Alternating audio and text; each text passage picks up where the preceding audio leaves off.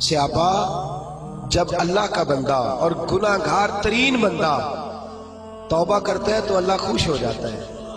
اللہ اس کی توبہ سے، یہ سونے والوں کو جگائیے گا، اللہ ان کی توبہ سے خوش ہو جاتا ہے، راضی ہو جاتا ہے. اور کس طرح راضی ہوتا ہے؟ حضور نے مثال دی، بڑی منفرد روایت. میرے نبی پاک صلی اللہ علیہ وسلم فرماتے ہیں ایک آدمی تھا، صحابہ ایک آدمی تھا، اس نے اونٹنی تیار کی، اونٹنی پر سامان رکھا، کھانے کا پینے کا زادہ راہ سامان. یوں سمجھ لیں جیسے لوگ حج عمرہ کرنے جاتے ہیں تو ایک تھیلا، اس میں پاسپورٹ بھی ہے، پیسے بھی ہیں، ٹکٹ بھی ہے، ہر شے اس کے اندر ہے.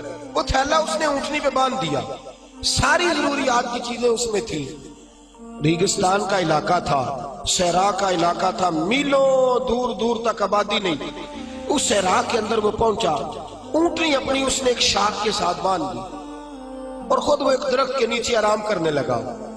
نبی پاک صلی اللہ تعالی علیہ وسلم فرماتے ہیں وہ سو گیا، اس کی آنکھ لگ گئی تو اونٹنی نہ، وہ چونکہ شاخ سے بندھی ہوئی تھی، وہ شاخ اس کی ٹوٹ گئی، اونٹنی نکل گئی. حضور فرماتے ہیں اس کی آنکھ کھل گئی. اب وہ صحرا میں دوڑنے لگا، پانی بھی کوئی نہیں، کھانا بھی کوئی نہیں، پینا بھی کوئی نہیں، پیسہ بھی کوئی نہیں. اور سب سے بڑی بات یہ ہے کہ صحرا سے نکلنے کا رستہ بھی، پیدل وہ صحرا سے نکل سکتا بھی. حضور فرماتے ہیں ادھر دوڑا، ادھر دوڑا، آگے دوڑا، پیچھے دوڑا، شمال جنوب بھاگا، تھک گیا، آوازیں دینے لگا، درختوں پہ چڑھنے لگا، جو اس سے بن سکتا تھا اس نے کیا، تھک گیا. جب تھکا تو کونے میں بیٹھ کے رونے لگا، کھول کے رویا. اب اسے یقین ہو گیا کہ میری فریاد کو کوئی نہیں پہنچے گا، مشکل ہو گیا میرے لیے. حضور فرماتے ہیں وہ ایک درخت کے نیچے بیٹھ کے اپنی موت کا انتظار کرنے لگا کہ اب میرا کوئی حل نہیں بچنے کا، موت ہی آئے گی، موت ہی. اچانک اس نے آنکھ کھولی تو اس کی اونٹنی اس کے سامنے کھڑی تھی. سامان بھی مل گیا، پیسے بھی مل گئے، کھانا بھی مل گیا، پانی بھی مل گیا، ہر چیز مل گئی. اللہ کے رسول فرماتے ہیں صحابہ بتاؤ اسے کتنی خوشی ہوگی، صحابہ بتاؤ اسے کتنی خوشی ہوگی. تو آج صحابی تولنے لگا، ناپنے لگا، بالآخر کہنے لگے حضور یہ تو وہی بتا سکتا ہے جس کو خوشی ہو رہی ہے. ہم تو اندازہ کر سکتے ہیں، پیمانہ رکھ سکتے ہیں، لیکن ہم اس کی خوشی تک پہنچ سکتے.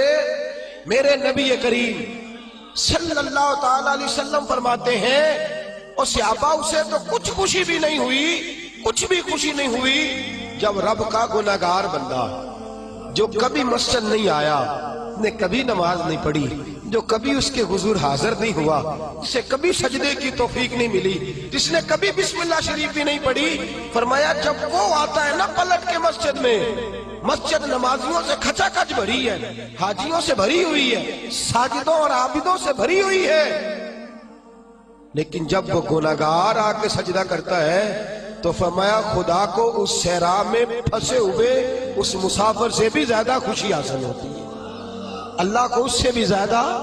اور کنز المال کی حدیث سنیں گے تو اور خوش ہو جائیں گے کہ توبہ کرنے والے کی خوشی کی. میرے نبی پاک صلی اللہ علیہ وسلم فرماتے ہیں ایک شخص تھا، دنیا داری کرتا تھا،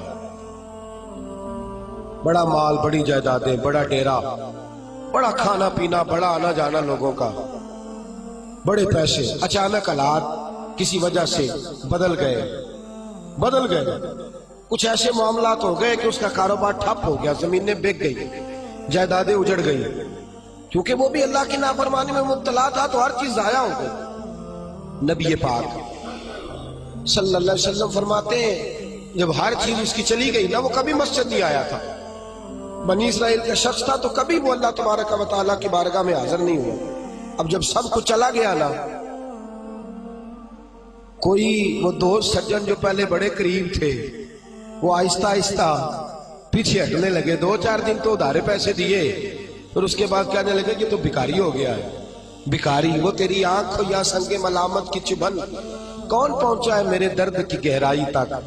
دور شہرت میں تو یاروں نے کیا یاد بہت، ساتھ آیا نہ کوئی کوچہ رسوائی تک. اور میاں صاحب کہتے ہیں ساری عمر ہی آٹا گدھ ہے تے لکھاں کیتے پیڑے، ان وقت آیا تے محمد بخشا کوئی نہیں ہو بیٹھا نیڑے. ساری عمر ہی آٹا گدھ ہے میں لکھاں کیتے پیڑے، اے وقت آیا تے محمد بخشا کوئی بھی نہیں بیٹھا نیڑے. میرے نبی پاک صلی اللہ تعالی وسلم فرماتے الجھ گیا، جب تھک گیا نا دنیا داروں کی طرف، رشتہ داروں کی طرف، یار دوستوں کی طرف، تو پھر جا کے مسجد یاد آئی، سجدہ کیا، کہنے لگا یا اللہ کوئی نہیں میرا تیرے سوا، اللہ میں نے دنیا دیکھ لیا ساری، تیرے سوا میرا کوئی نہیں۔ رب کریم نے فرشتوں کو بلایا، فرمایا ادھر آؤ۔